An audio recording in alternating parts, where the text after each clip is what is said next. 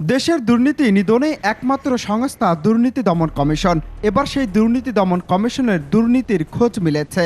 দুর্নীতি দমন কমিশনের সাবেক উপপরিচালক আবু বকর সিদ্দিকের বিরুদ্ধেই ইউরো ও ডলারে ঘুষ নেওয়ার অভিযোগ পাওয়া গেছে। সহকর্মীদের কাছে তিনি পরিচিত ছিলেন জিনের বাদশা নামে।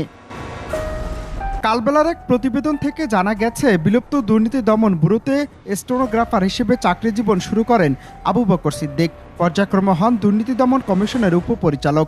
তার এই পদোন্নতির পেছনে রয়েছে রাজনৈতিক পৃষ্ঠপোষকতা।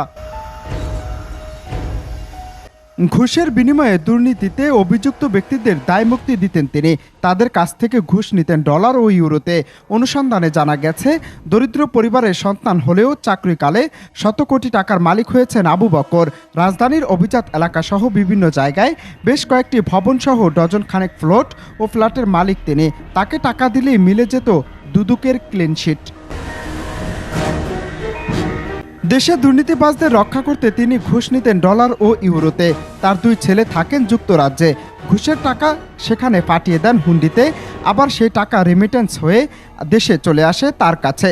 চলতি বছরের এপ্রিলে বহুল আলোচিত কারিগরি শিক্ষা বোর্ডের কম্পিউটার সেলের সিস্টেম অ্যানালিস্ট AKM শামসুজ্জামানকে ঢাকা মহানগর গোয়েন্দা পুলিশ গ্রেপ্তারের পর বেরিয়ে আসে এমন তথ্য। পুলিশের জিজ্ঞাসাবাদে শামসুজ্জামান জানিয়েছেন, তার বিরুদ্ধে দুদকের থাকা অনুসন্ধান কর্মকর্তার পরিবর্তনের কথা বলে আবু বকর দাবি করেন ৬০ লাখ টাকা। চাঞ্চল্যকর এই তথ্য প্রকাশ হওয়ার পর তার ঘুষ দুর্নীতির বিষয়ে তদন্ত চালিয়ে যাচ্ছে দুদক। বেশ কিছুদিন আগেই একজন পরিচালককে তার বিষয়ে তদন্ত কর্মকর্তা হিসেবে নিয়োগ দেওয়া হয়েছে। অনন্ত হাসান মাসুদ, বাংলা টিভি, ঢাকা।